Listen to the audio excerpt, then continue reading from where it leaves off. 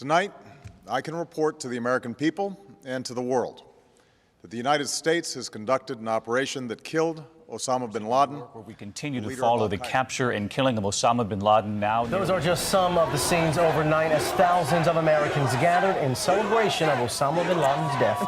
Former Navy SEAL Rob O'Neill says he has thought about the mission every day since that May Day in 2011. From multiple conversations you had with Rob O'Neill over the past year and a half, how'd you get access? And you described that his head kind of exploded when you hit him. I actually hit him 3 times because I shot him twice when he was standing and once on the ground. That is the fucking American badass right there. We are not going for fame and we are not going for bravado.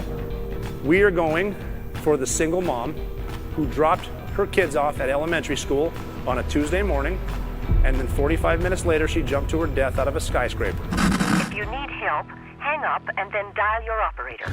I'm Rob O'Neill, and this is the Operator Podcast.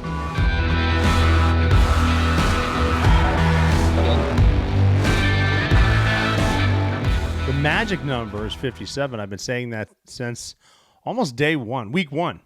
But this is episode 54 of the Operator Podcast, and I wanted to welcome you back.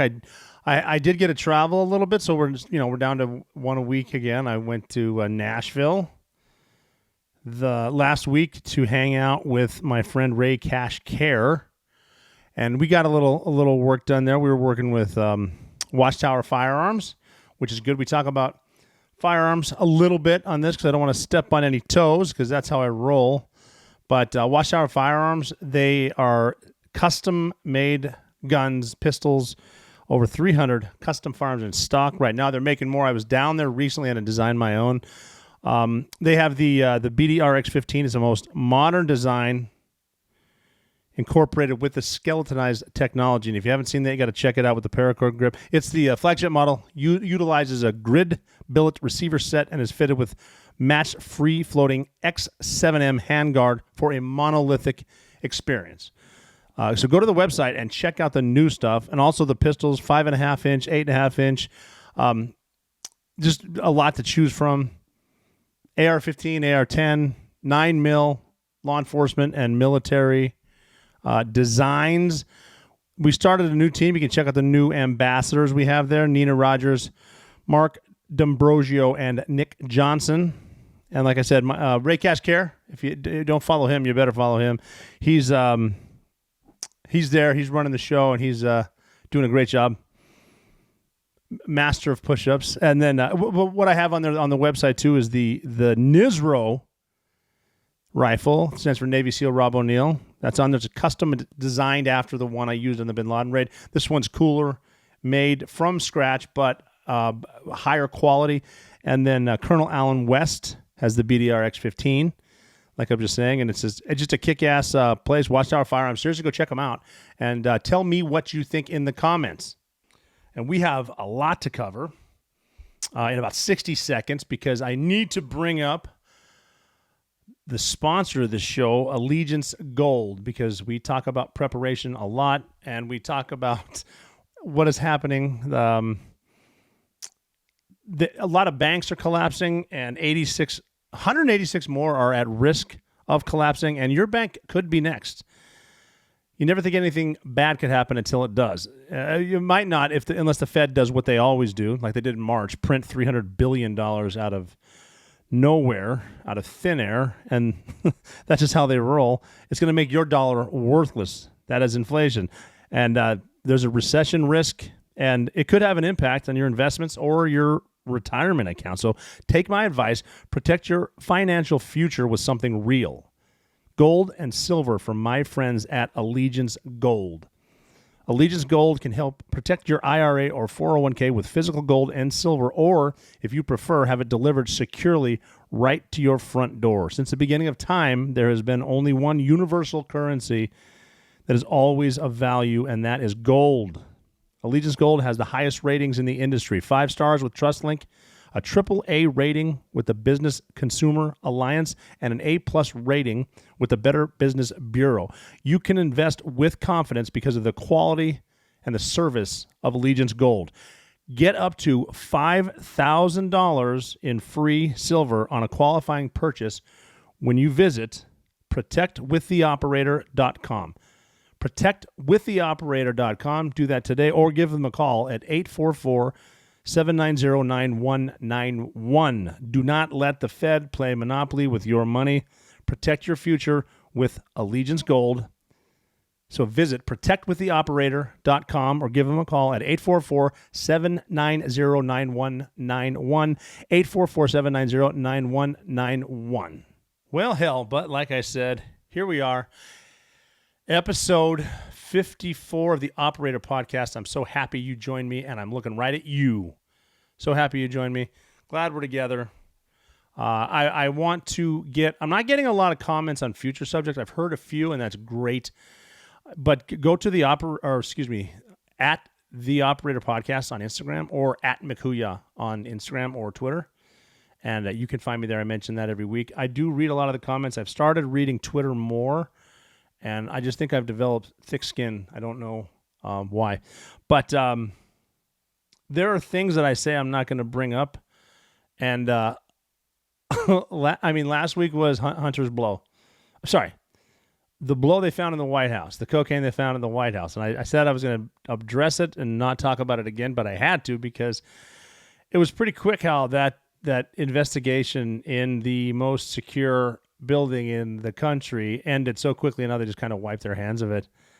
I guess, now here's what the word I'm getting, and it's odd to say it this way, but I guess there's a bag of blow in a cubby. That's where we're at now. They didn't know whose it was. They couldn't figure it out because every camera in the place isn't in there. They said there's a blind spot, which to me doesn't make any sense because there shouldn't be a blind spot. But if there is, who would have access to the blind spot and know where it is? It kind of narrows it down from the 500 potentials to, I don't know. So there's blind spots, and they didn't test it for any kind of DNA. And they didn't test it for fingerprints. There could be anything on a plastic bag of your sweat. Who knows if it's not good blow? Maybe some blood is on there. But they didn't test it, and they also didn't say what else was in the cubby. They won't release that. What else was in the cubby with the cocaine? Someone didn't just throw cocaine in there. What else was in there? And then whose gear is that? Whose hat is that? Whose bow tie is that? Whatever. But I guess again. I was told that the Secret Service treated it as a threat, as in a chemical weapon or a biological weapon, I guess. It could be anything, right? And I guess they blew it in place. They bipped it. They blew it up. I don't know how big of an explosion that is.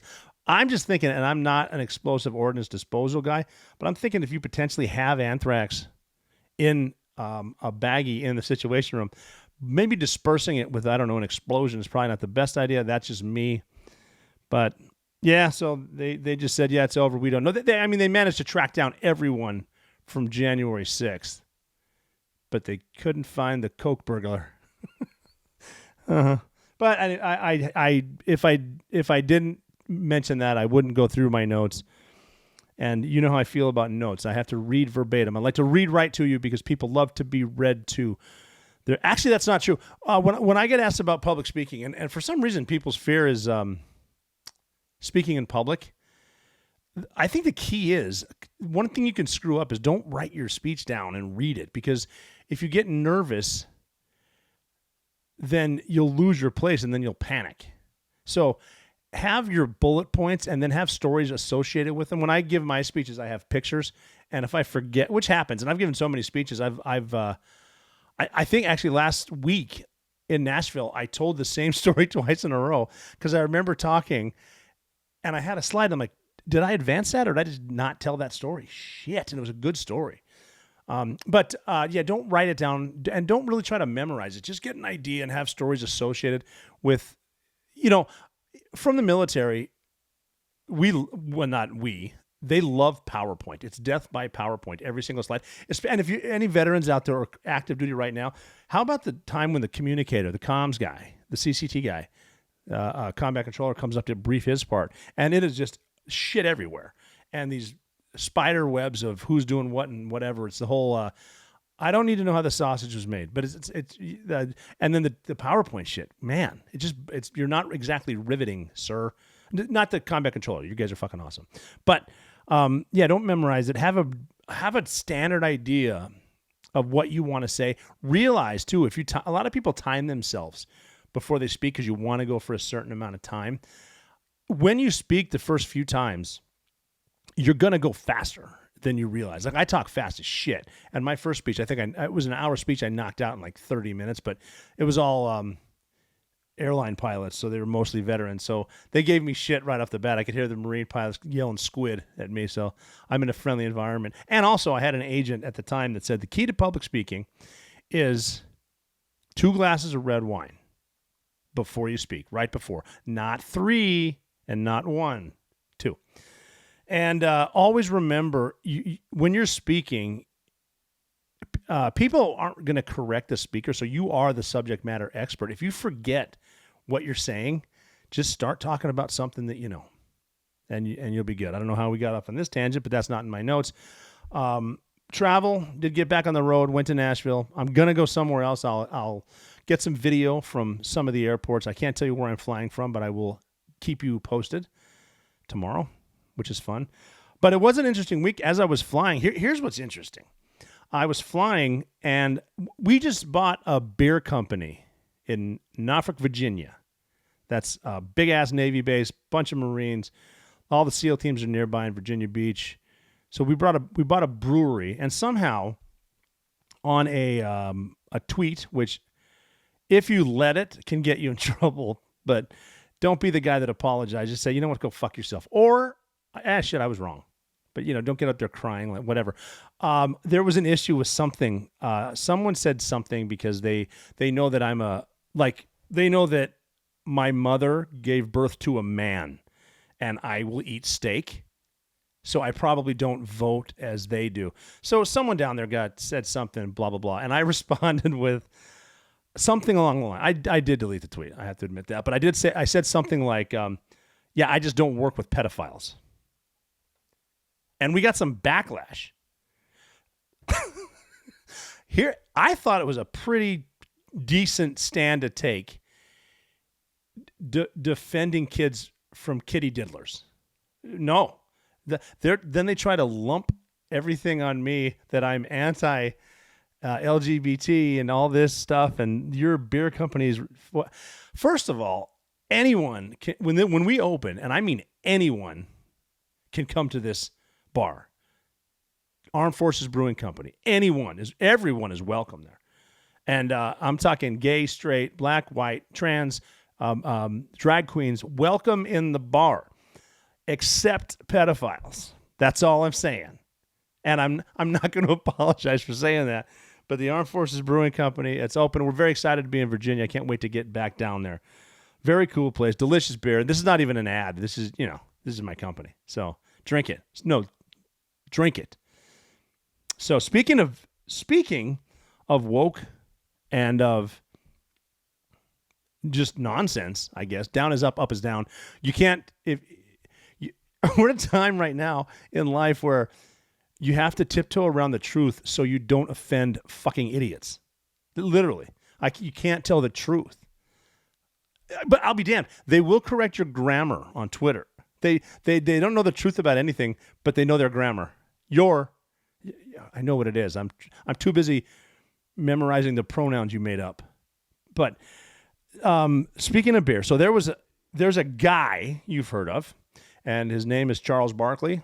And let's start this off with, I'm a huge fucking fan, and that's never going to change.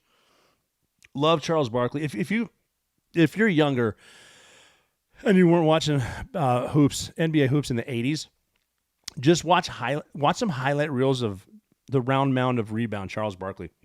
That dude, I think they listed him at 6'5".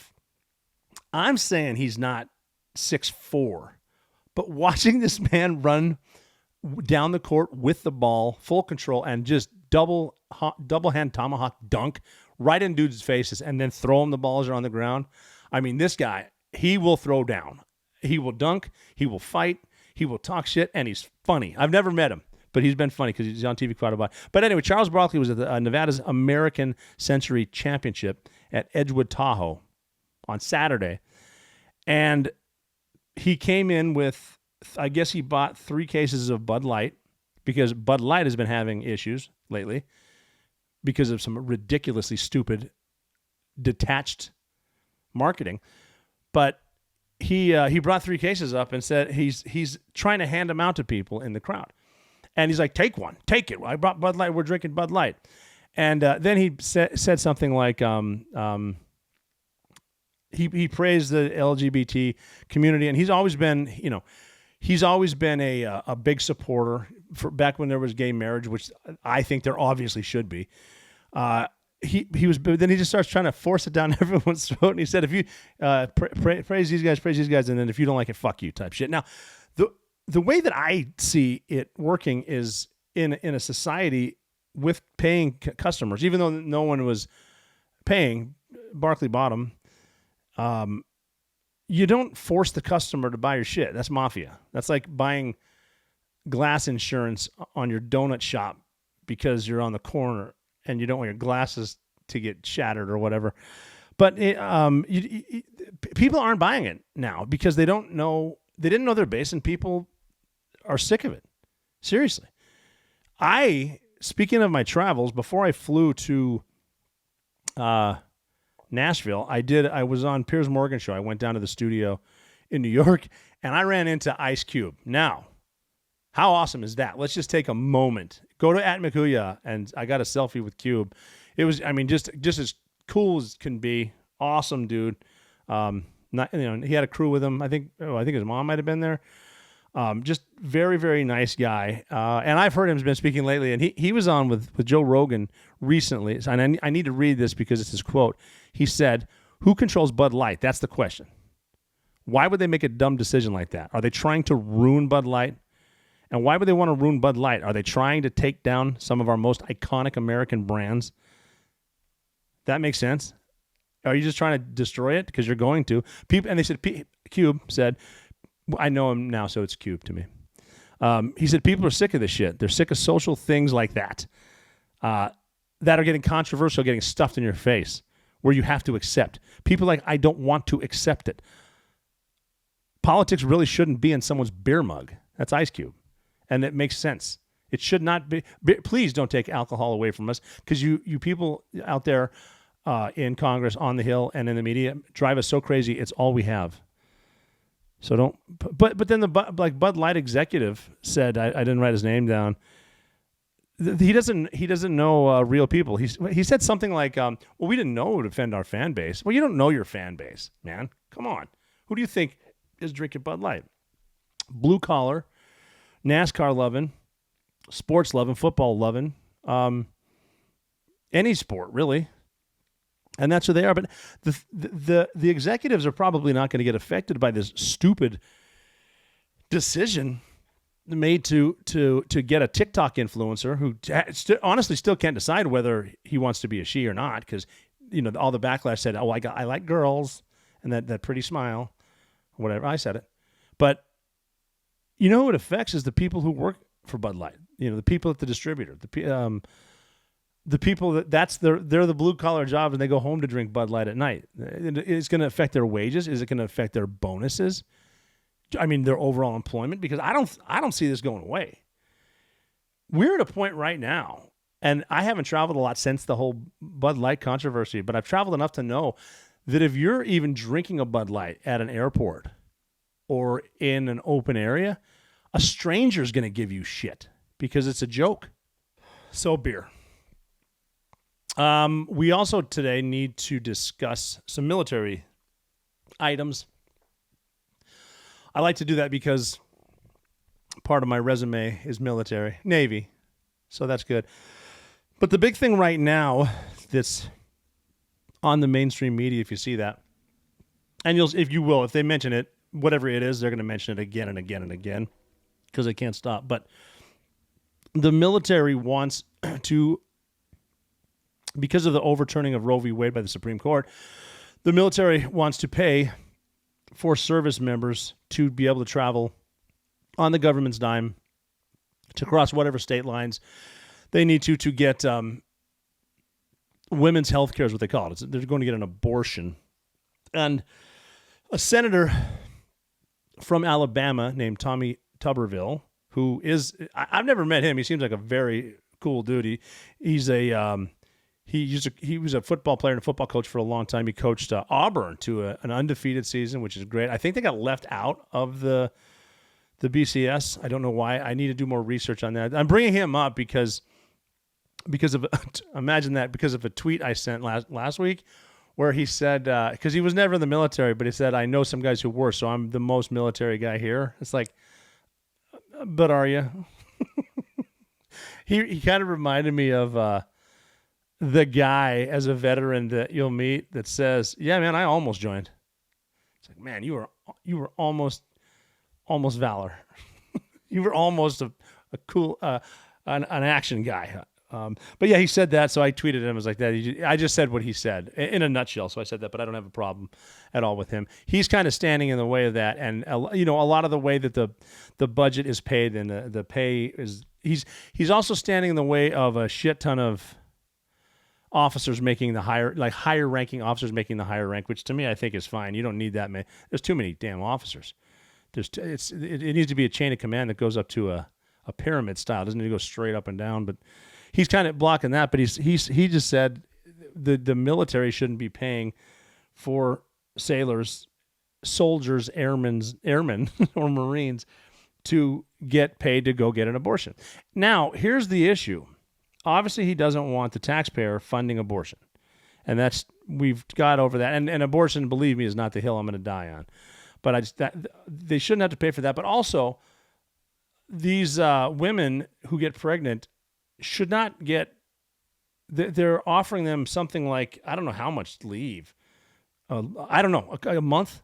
But the government's paying for their flight, paying for their meals, paying for their housing, or whatever, wherever they put them at their birthing, and then their flights back.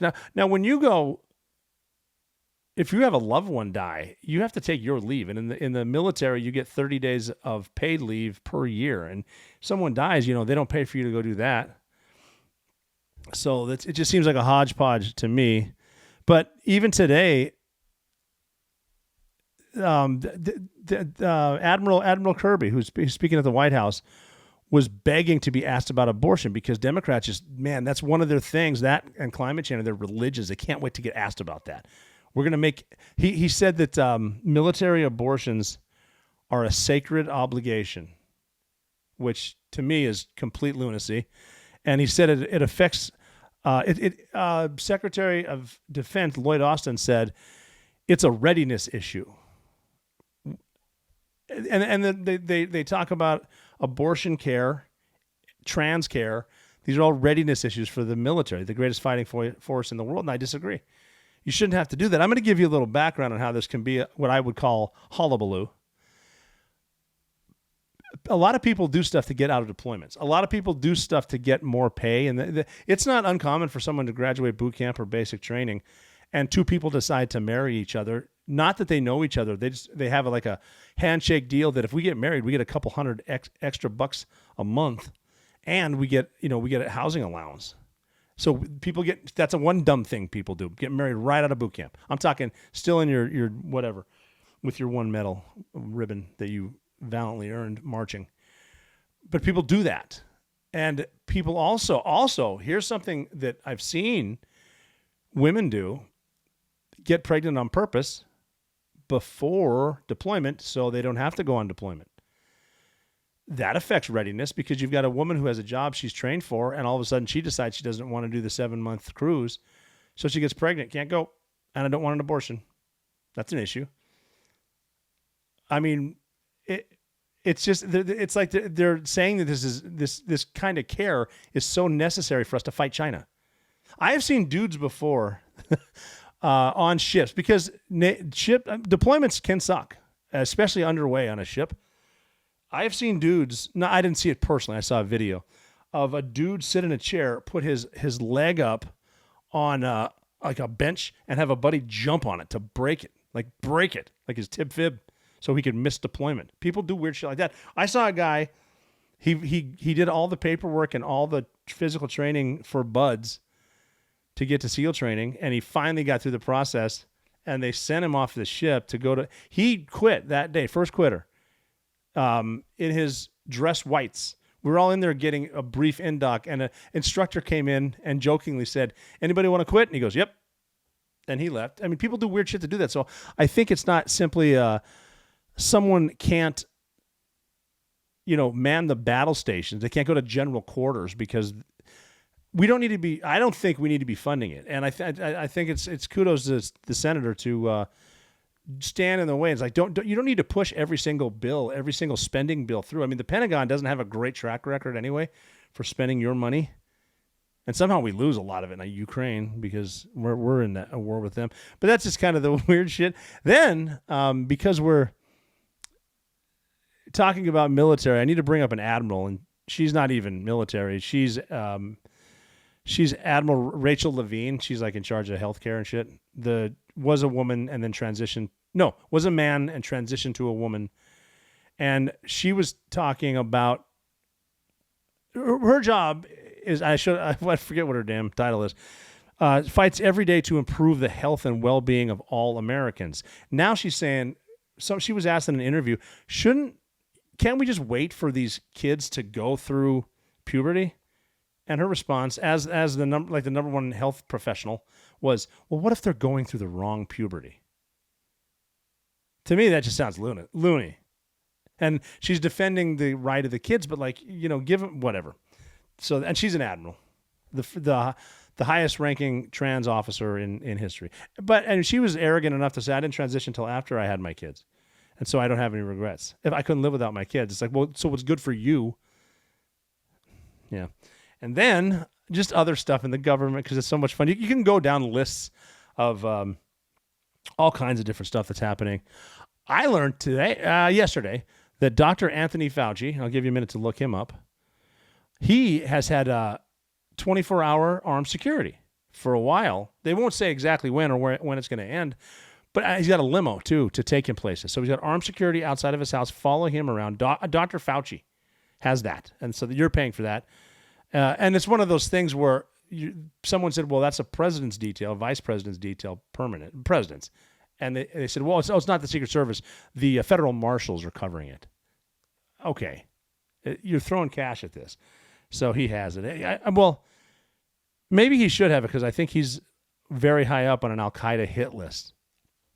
No, he's not. But I know who is. And I have to pay for my own security, which is fine. I never asked for it. But to give it to Dr. fucking Fauci. The man graduated med school and didn't ever practice medicine. He went right to government. If anyone goes right to government, that's an issue. And we'll get into that in later episodes about how it's no longer the elected officials that matter that you can vote out. It's the appointees that you can't. And he just retired, and I think he's making a couple $100,000 a year in retirement. He was the highest paid man in the government, too. And then here's another one. I had to say this because I thought of a great line. There's videos coming out, and it's on the internet. So you, again, take that shit with a grain of salt, too. And the TV, take that with a grain of salt. But a lot of these pictures and videos can't all be wrong about people crossing borders illegally. And we know the problems at our southern borders, and everyone's up. Well, not everyone. The left is up in arms that Governor Abbott's putting up barriers in the river, trying to keep people out because our federal government won't do it. Why? Because everyone coming over gets a vote. They can vote in our elections. Did you know that you need an ID to vote in Mexico? But if you're a Mexican, you can come over here and vote without an ID. To me, again, down is up is down. Don't tell the truth too loud. But you're seeing these long lines of people just walking. And the one that caught me was a really long line of Middle Eastern men walking into Europe. Men.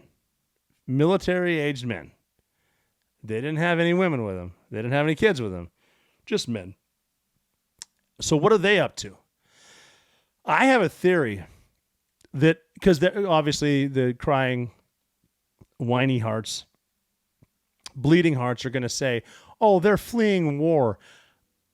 Just let's stop for a second and back up and think about this. If you're fleeing war, you bring your family with you. if you're going to war, you leave your family behind. So I don't think a lot of these guys are going to show up in Greece and in Austria and try to claim that they're Greek now. Not a lot of that going on. So that's what happens with do-gooders and open borders. And it's almost like with the Bud Light thing. Are they just trying to bring everything down? And again, I don't know a lot of these people, but I know about them. And then the other one too is that I wanted to bring up. There's finally a union boss, a police officer, cop union boss in L.A. that is saying, "It's get out, just leave." Telling cops like that, you're not appreciated here. Go somewhere that likes you. And it wasn't as a get the fuck out, you asshole. It's like, seriously, for your own benefit, leave. Encouraging cops to leave, and I've seen it before where Florida's recruiting cops. There's a lot of places that would love these great cops. LAPD, hell yeah. And they're being told by the union reps are supposed to create jobs, not get rid of them. But this is probably looking out for the cops because the union boss realizes that the city council does not have their backs, and they don't. And that, again, those are people at the lower levels of the communist scale. Get rid of the police, bring in the chaos. That's what they're doing. And places in Los Angeles are probably never going to be the same again. If so, 20 years from now. Look at San Francisco where they locked up the ice cream. You're locking up ice cream because people are coming in every day and stealing your ice cream. And stores are leaving. Crime is rampant. Drugs are everywhere. Chaos. But it just something with, and that's got to be something about mental health too with these cops. They want to do their job, but there's a point. I know in New York, they'll watch crime happen. Like, what's the point of me intervening? I'm going to intervene. Someone will record the last part of it, see me cuffed. They can't even put them in a chokehold anymore because of these Soros-funded attorneys general. And, it's sad to see this happening to the cops. But, you get what you vote for. The only problem is, being from Montana, a lot of the people in California moved to Montana now, and they bring their fucking vote with them. So just to shift gears a little bit, speaking of gears, have you checked out Tactical Baby Gear yet? TacticalBabyGear.com. Go to it just to shop. It's incredible, the creativity, the stuff there, how organized it is, because as a parent, I have seen the chaos that goes on. I've been to war, and war has rules. Babies do not have rules. And if you can compartmentalize your gear, it's going to go a lot smoother, just like in combat. But dirty diaper, screaming fits, sleepless nights. Parenthood is not for the faint of heart. Tactical Baby Gear was founded by parents for parents. With kit you'll be proud to carry. You'll overcome every spit-up, blowout, and meltdown along the way. Prepare for what parenting is, but do it with everything looking cool. The newest one are these white pouches, because they're very popular. They come in the baby E&E kit, and they're pouches that come 8 per pack, and you can open it. They're resealable, pull it out and use it, and then you can keep these things in your pocket. So there's been a big demand on these wipes, and it's good to keep them in places like in your pockets, because I don't know if you know this, but babies are unpredictable. Their poop schedule is not on a schedule. It can come anytime. So these wipes are 8 wipes per resealable pack, 10 per package. And that's for $5. 80 of them for $5. You got to check those out. I also like the complete diaper bag kits. 7 different mod panels and all the Velcro. Like I said, with the patches, you can put all the cool stuff on there. Tactical totes. The packing cubes are huge. They're little net-like zipper bags where you keep stuff in order. I know a lot of guys out there, especially former vets, like to be compartmentalized. This helps. When you need to get to your stuff, you should know where it is. Tactical Baby Gear does that for you. It's highly practical, highly functional, extremely high quality. It's always ready, and there's everything there: baby carriers, strollers, wagons, everything in between, with a lifetime guarantee. Go check this place out, and use code THEOPERATOR to save 15% at tacticalbabygear.com. So tacticalbabygear.com. Use code THEOPERATOR, save 15%. Also, make sure you check them out on Instagram. Very cool Instagram page at Tactical Baby Gear. Because we all like to say, don't tread on me, but now we can say, don't poop on me. TacticalBabyGear.com, code the operator. All right. So during that break, doing a little review and whatnot, I know the difference between a district attorney and an attorney general. The point I'm getting at is a lot of the swamp behind it. You don't need to climb very far up a government bureaucratic tree to get a little Soros shit in your eye. So a lot of people are working on a lot of things, but I said attorney general when I meant district attorney. You know what I'm saying? But it's all the same thing where a lot of the bad policies that are paid for by the communists result in people wanting to leave their state, and then they end up in places like Montana. They say they don't want to go to Florida because of whatever normal reason they say they don't want to do anything because fascists. And this is what happens when you take notes and try to read and you lose your spot. I lost my spot. I want to clarify. Rachel Levine is the Assistant Secretary for Health at the Department of Health and Human Services. So the second in command there.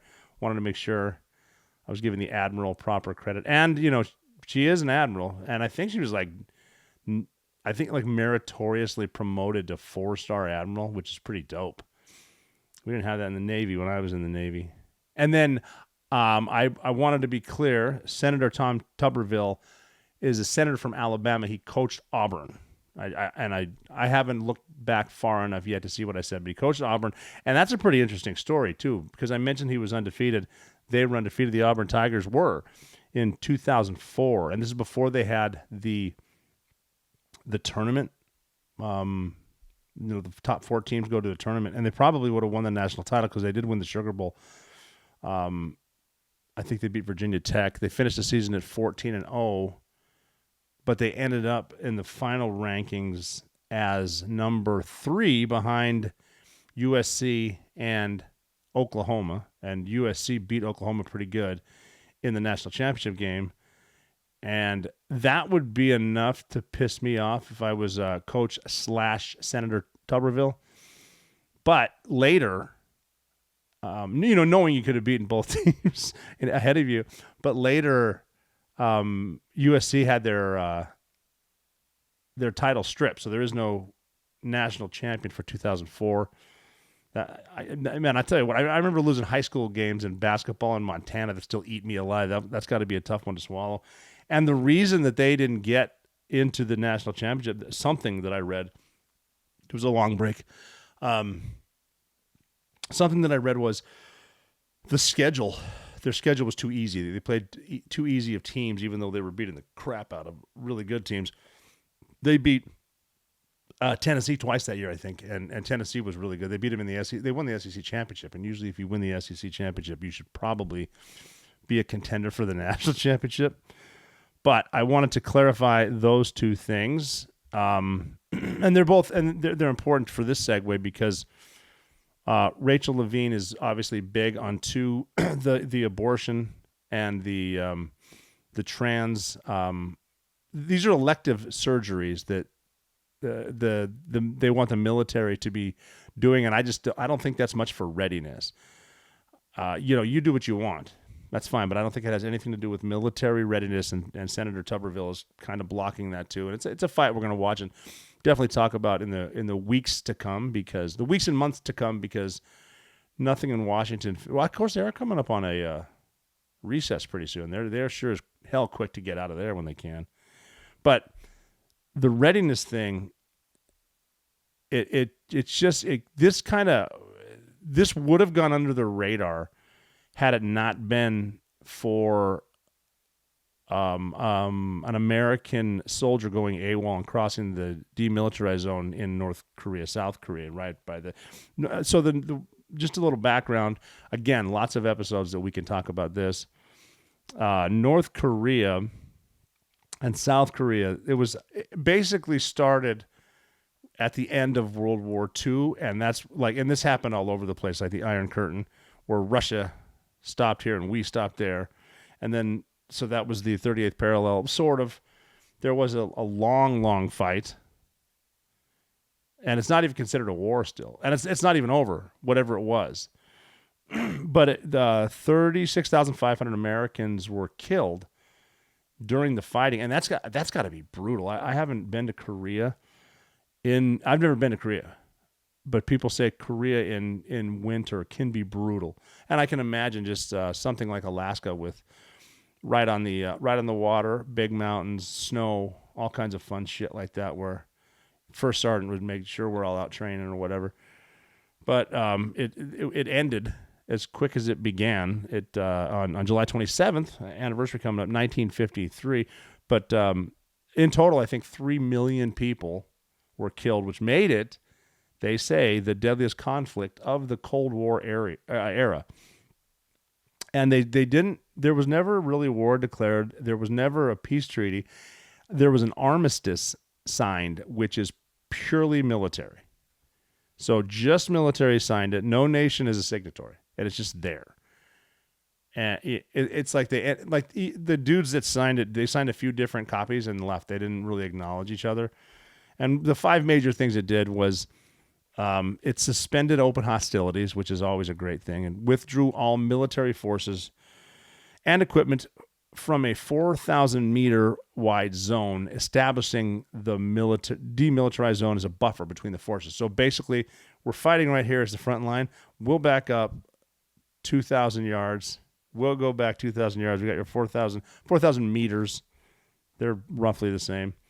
It prevented both sides from entering the air, ground, or sea areas under control of the other, arranged release and repatriation of prisoners of war and displaced persons, and it established the Military Armistice Commission, or MAC. You got to have a good abbreviation. MAC's always cool. And other agencies to discuss any violations and to ensure adherence to the truce term. So I guess we call it a truce. So that's an important area. And there has been Americans killed there. There's no, I guess, again, I haven't been there. There's not really much of a physical border. It's kind of a no man's land, but you can run across. And North Korean soldiers will shoot defectors, and it's always defectors leaving communism. Not a lot of South Korean troops shooting their soldiers trying to run into North Korea, but this is why it's important. We talk about military readiness. There's an E2 private in the Army named Travis King. And he got in some trouble. He'd been stationed in South Korea, and he got in trouble out in town, is what we would call it. So he would go out into the clubs or whatever. And he's 22, getting a brawl, a little aggressive, a couple cocktails. It happens. But he'd been hit with 2 assault charges. He paid like he was in the back of a South Korean cop car, like he broke it down or was kicking in the back. We've all been there. Or have we? We have. Some of us have been there. But he got a little aggressive with the cops, and he paid the equivalent of like $4,000 to fix the damages. Another incident, and so he's going home. They're going to fly him back to Texas, and he's going to face some military punishment. I don't know how much punishment you're going to get then. But here's where my thing of readiness comes up, of operational readiness. It appears to me now. Okay, so he's an E2, 2 years in, and I'm assuming that's like you get E2 basically right out of boot camp. You graduate boot camp, maybe you finish your specialty school. You get your stripe. He wasn't a private first class, which is an E3 yet, and I'm assuming that's because he got in trouble a couple months ago, which is fair. But they're not gonna throw you in the brig for what you're doing. He was not properly briefed on North Korea and what happens in North Korea. North Korea is a hermit state, and they're brainwashed from the word go. They think like Kim Jong-un and his dad Kim Jong-il, and then Kim Il-sung before him. The Kims have been running it for a long time, and they came in. We'll get into this one in another episode. They came in at first saying, hey, I'm going to take over. You give me your land. You don't need to own anything. The government will take care of you. This is what happens. And I hope college kids are listening to this, because this is how the beauty of socialism turns into complete butchery. But the people there are so brainwashed. They obviously only listen to state-run media. They don't have internet. They don't have lights. There's no animals in the street because they're eating everything they can find, including plants and wood and shit like that. It's a really bad place. And so the soldiers on the DMZ are also not only are they brainwashed as far as most people, like they don't understand the concept of trash, because why would you throw anything away? Because you can eat it. And they also know that Kim Jong-un is a god, that they're raised that, and they're convinced that if you do find an animal, they can hear you talk bad about them. Your worst enemy is your teeth, or some shit like that. So North Korea, not good. And they have nuclear weapons. They're very close. It's debatable, but not debatable, but it's bad because Kim Jong-un loves the spotlight, and apparently he loves scotch, but he loves the spotlight, and he kind of it's an iron fist where he is, but Private King was not briefed on what they do there and how bad it can be there. So I guess he was done with his confinement or whatever they had him in for, and they're escorting him back to the United States. So he's going to the airport. He's escorted, but not armed escort. He's not shackled. And somehow he managed to slide his way into a tour group that was going to go check out the DMZ, the part where Donald Trump crossed, famously breaking history and meeting with Kim Jong-un a couple years ago. And I guess he broke free and ran. So I guess there was a female there from one of the Nordic states, and she said, yeah, this dude just ran off, and we could hear him laughing loudly. So he's yelling loudly, he's causing a ruckus, but this time he's not going to be kicking down doors in South Korea. He fucked up. He fucked around and found out, and now he's in North Korea, and they got him. So he got. He should have been, and maybe he was, but I think at that age, if you're not taking stuff serious, and I don't know the kid, and I don't want him to be there. Trust me, I'm not saying that. I'm not advocating for the soldier to be in North Korea, but it just seems like no one takes it serious. Is this a product of growing up being taught to hate your country, not realizing how great it is? I would much rather be going to the brig in Texas than going to a forced labor camp in North Korea. Even though it's summertime, it's going to get bad in the winter. He should have been briefed, like I said, possibly was briefed by a fellow by the name of Otto Warmbier. He was a student, and he was, I guess, a really good student and a really popular dude in high school. He went to the University of Virginia.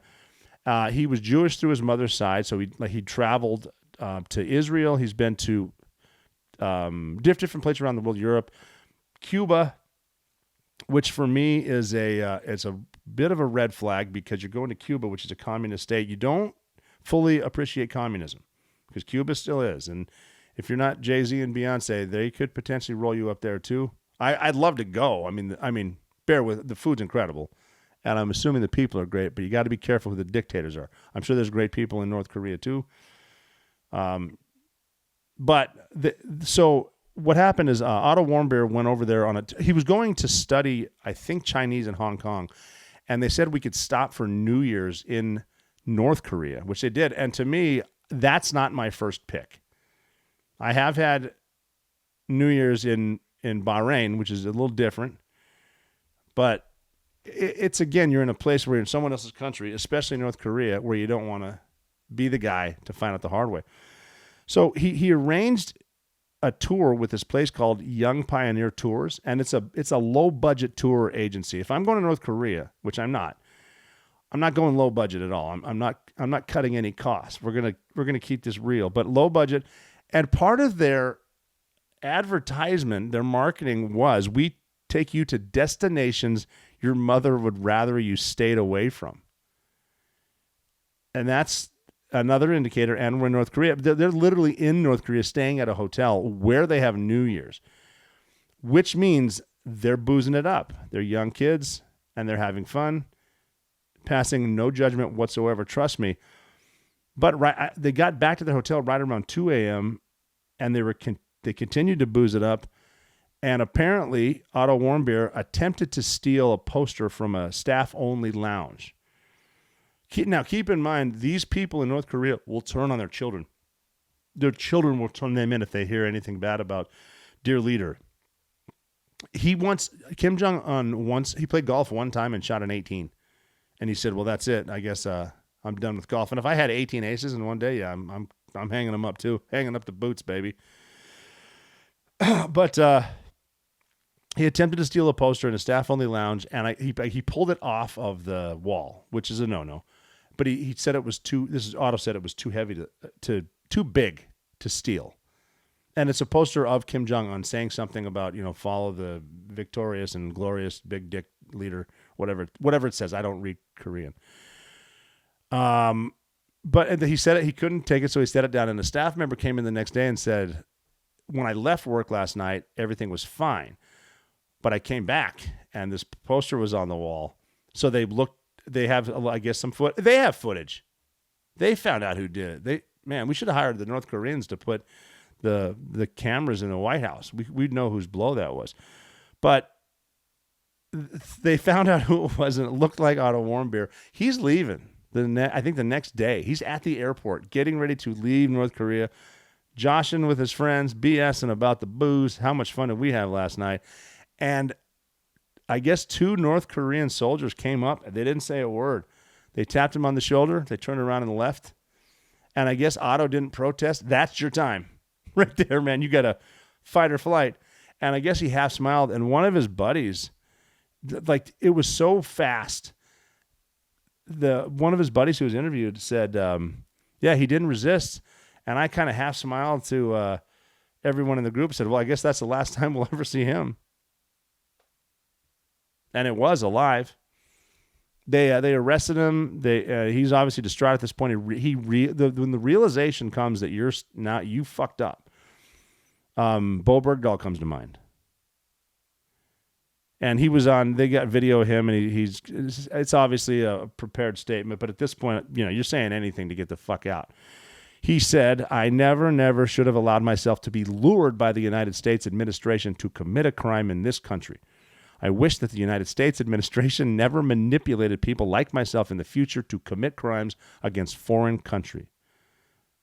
I entirely beg you, the people and the government of the DPRK, for your forgiveness. Please, I made the worst mistake of my life. And that's horrible, because what happened to him next, we didn't see him again. I think it got rolled up in after that statement that he gave. So they got him to say exactly what they wanted. They sentenced him to 15 years of hard labor. That's hard labor, and that's not like Sundays off. Some Americans that have been captured over there doing hard labor, they were actually taken to hospitals for the brutality of their body, but just unspeakable stuff. And it's almost fortunate we don't know what's going on in these camps. But in 2017, they released him. And he was brought back, I think, to Cincinnati, and he was in a coma. He'd been brutally beaten, head trauma. He died of, they never said what he died of. They said asphyxiation, or the Korean said he had botulism and a sleeping pill. I'm not making that up. But his 4 front teeth, and even though the coroner said different, 2 of Otto Warmbier's dentists said his front 4 teeth were bent back towards his tongue. And and that could be from a shot, but usually if you get hit hard that fast, you lose teeth. They were bent, and then he died, and it's horrible. And I feel bad for his parents. That's devastating, obviously. And now I feel bad for Travis King's mom, Claudine Gates, because she's just proud of her son. He's in the military, and he's protected by the military, so he's safe. So this is where a lot of preparation, military preparation, this is part of it. Situational awareness. Where are you? What do we do if? And now Otto Warmbier was not part of the military, but if anything, it's tragic. Unbelievably tragic. That's got to be a lesson taught. We don't need to be worried about command climate. And we don't, this is where you are. This is very serious. Those are bad guys. Here's how they think, and they don't think like you. Not everybody thinks like you. And just because you don't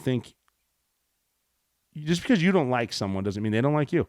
You cross that border, especially now, because Kim Jong-un loves loves publicity, and he loves leverage, and he loves to be tough because apparently he's short, whatever, never met him either.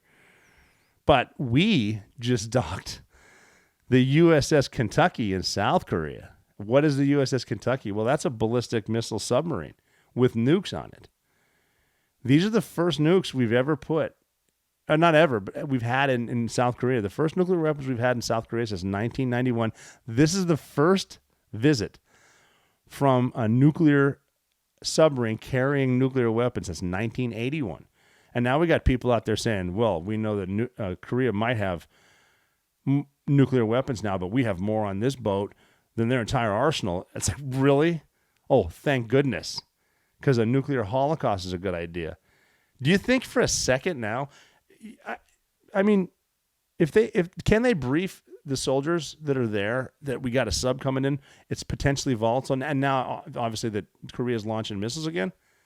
You think that the Koreans are going to be quick to want to give him back? What kind of leverage they have now? They're not going to. It's sad, and we have this administration. And do you think Kim Jong-un doesn't know about the drag queens that we have that are recruiting for us? They're used to recruit for us. How weak we've gotten, just as a deterrent. Not doing anything. Watching the president of the United States talk to a leader of a foreign nation, and he sounds like grandpa trying to whisper his way through grace at dinner while he's falling asleep in his mashed potatoes. No, this is bad. And this is what the military needs to be telling its people about. On a final yet positive note, I think it's very important to know your heritage, know your history. You don't need to be proud of everything, but you don't need to delete it because you don't like something that someone did a long time ago. I personally am very proud of this, even though I had nothing to do with it. And I mean, you're going to find people who just disapprove of everything, but I think you should be proud of this because it's proof of how great this country is and how we might not start off the right way, but we're continually trying to get better, which I like. Today's July 19th, and that is the anniversary of the Tuskegee Airfield opening up July 19th, 1941. And if you're not familiar with the Tuskegee Airmen, they are black servicemen of the U.S. Army Air Forces who trained at Tuskegee Army Airfield in Alabama during World War II. They constituted the first African-American flying unit in the U.S. military. The first black pilot in war was actually an American, Eugene Jacques Bullard, who couldn't fly with the United States Army. He actually flew with the French. But he deserves the credit for flying there because you're breaking new ground, seriously. And that just takes balls to fly in World War I. They just invented flight. Part of this was kind of the Tuskegee Airmen was being pushed by FDR. Roosevelt was pushing this. And one of the cool stories is I guess Eleanor Roosevelt, the first lady, went down to Tuskegee Airfield. She wanted to tour the new place. And she loved it so much, she asked for I want to fly by one of these gentlemen. And although the Secret Service was anxious about the ride, Chief Civilian Flight Instructor Charles Alfred Anderson, known today as the father of black aviation. Man, that's a great nickname. He piloted Mrs. Roosevelt over the skies of Alabama for an hour. So this dude's flying the first lady around. This is totally great. And so the way this all started was in January of 1941. The War Department formed an all-black 99th Pursuit Squadron of the U.S. Army Air Corps to be trained using single-engine planes at the segregated Tuskegee Army Airfield. So they're still dealing with Jim Crow shit. It's still segregated. The NAACP, the Black Press, and others had been lobbying hard for the government to allow African Americans to become military pilots. However, neither the NAACP or their friends in the press, most of them, they didn't approve of them being an all-black unit because that's still promoting segregation. I mean, personally, I think that's just cool because they got together and said, well, watch us work together and we're going to crush this. And so, but, whatever happened, they stayed segregated, and it was created, like I said, on July 19th, 1941, 82 years ago. The doors opened on the airfield, and the first class graduated the following March, led by Lieutenant Colonel Benjamin Oliver Davis Jr. He became the squadron's first commander. This definitely has a lot of episodes in it. I just wanted to touch on the date because of the opening of the base. But just in a nutshell, altogether, the Tuskegee Airmen, 992 pilots graduated from the Tuskegee Airfield, and they flew 1,578 missions and 15,533 sorties, destroyed 261 enemy aircraft, and won more than 850 medals. So that's a great story about today. Don't be afraid to look up and give thanks, because this is breaking barriers all over the place. And remember, man, if you know your heritage, know your history, and keep your head on a swivel, maintain situational awareness, you're never out of the fight.